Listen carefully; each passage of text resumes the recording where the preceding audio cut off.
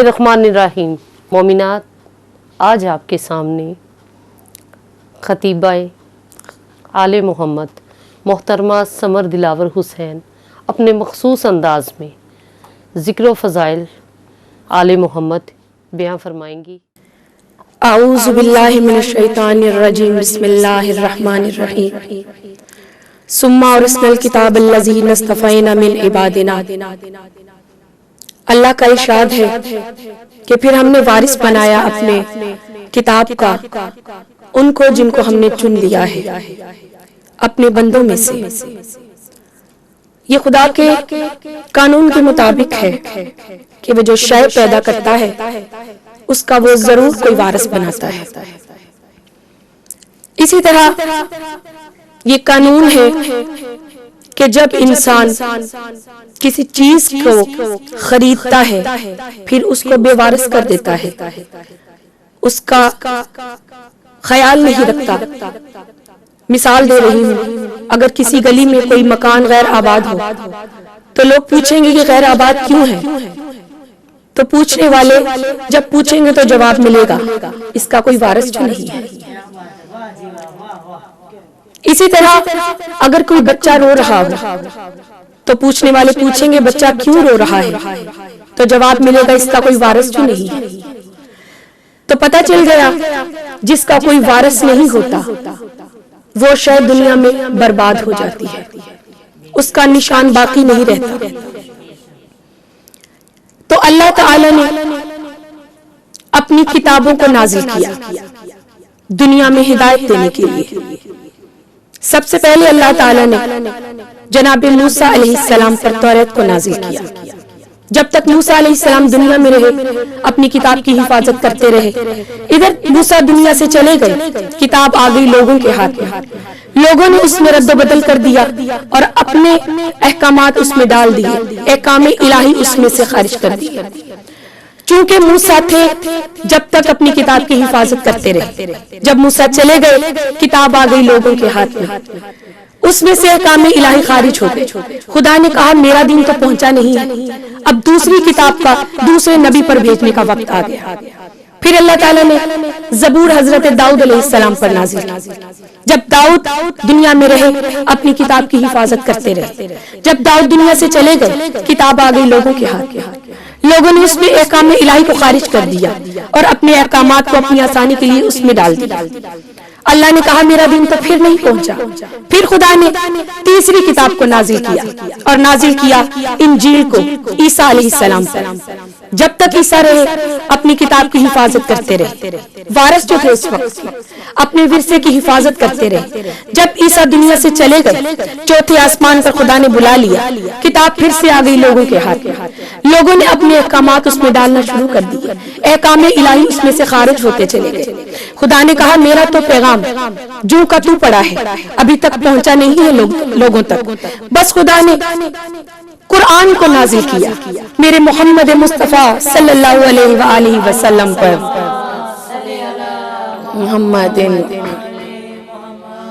محمد پر قرآن کا آنا تھا۔ جب تک میرے محمد رہے اپنی کتاب کی حفاظت کرتے رہے، جب تک محمد رہے اپنی کتاب کی حفاظت کرتے رہے۔ پہلے آنے والی کتابیں بھی نبیوں پر اتری تھی، نبیوں پر آئی تھی۔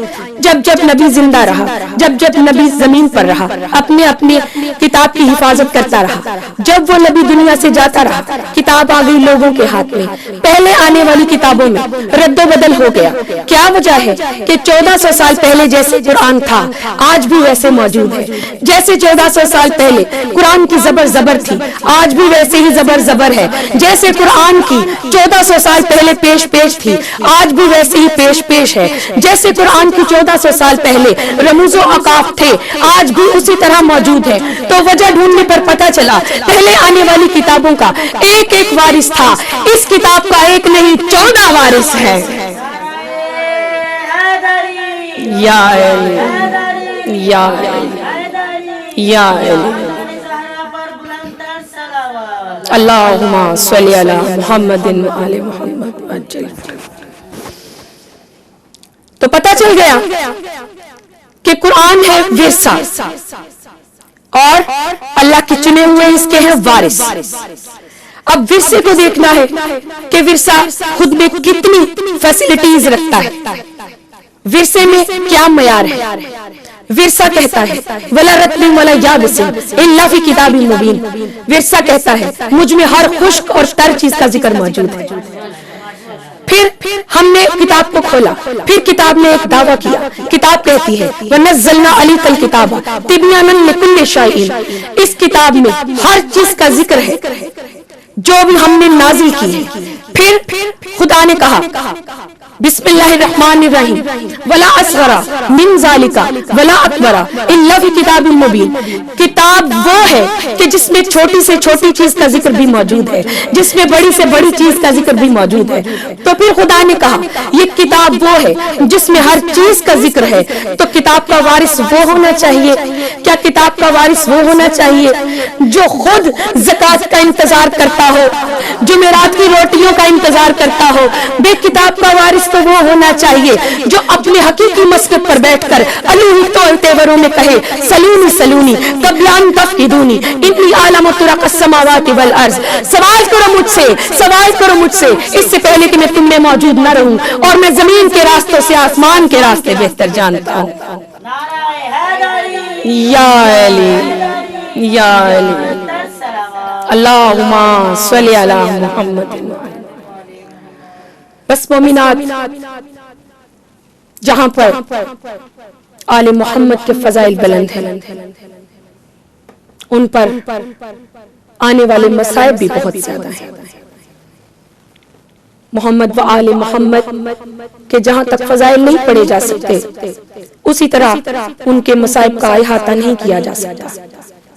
مومنات، آج محرم کی پہلی ہے، اور آج اس مخدومہ کے میں نے مصائب پڑھنا ہے کہ جس مخدومہ، جس سیدہ کو رسول اگر 5 سال کی عمر میں آتا دیکھتے تو اپنی مسند کو چھوڑ کر کھڑے ہو جاتے تھے اور فرماتے لوگوں دیکھو یہ میری فاطمہ کا رتبہ ہے۔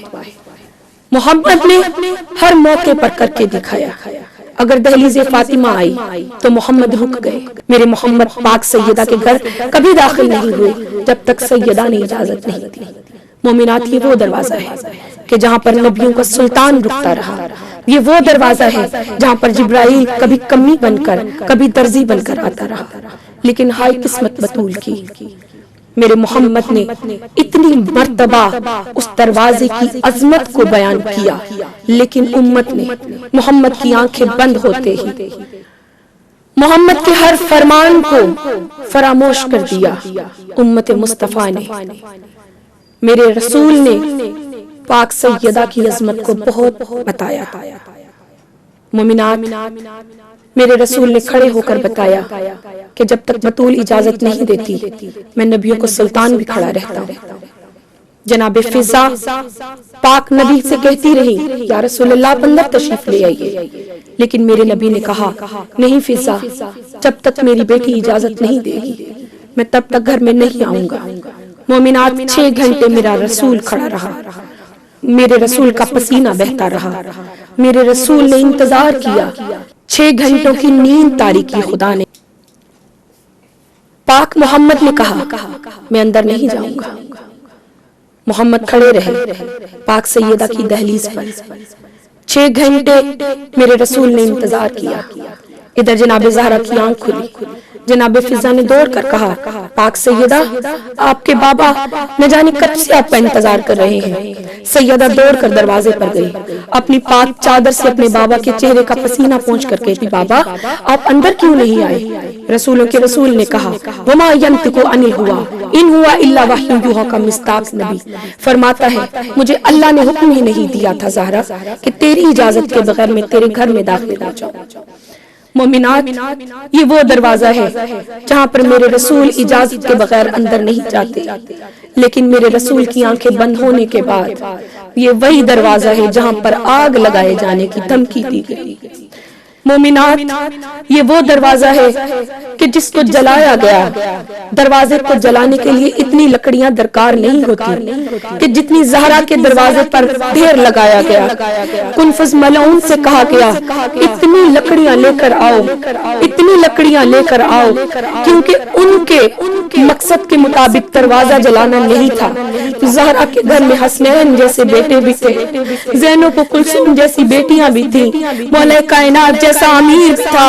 مومنات، میرے مولا کو میرے پاک سیدہ کے دروازے پر اس انداز کے ساتھ لکڑیاں اکٹھی کی گئیں کہ تمام، جب ایک ماہ کے بعد جب یہ دروازہ جل چکا تھا، جب لوگوں کے گھر میں لکڑیاں کم پڑ جاتی تھی تو لوگ کہتے تھے کہ لکڑیاں کہاں سے لائیں؟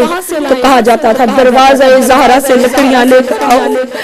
مومنات، یہ وہ دروازہ ہے جہاں پر اتنی لکڑیاں جمع کی گئی کہ تمام اہل بیت کو جلایا جائے گا.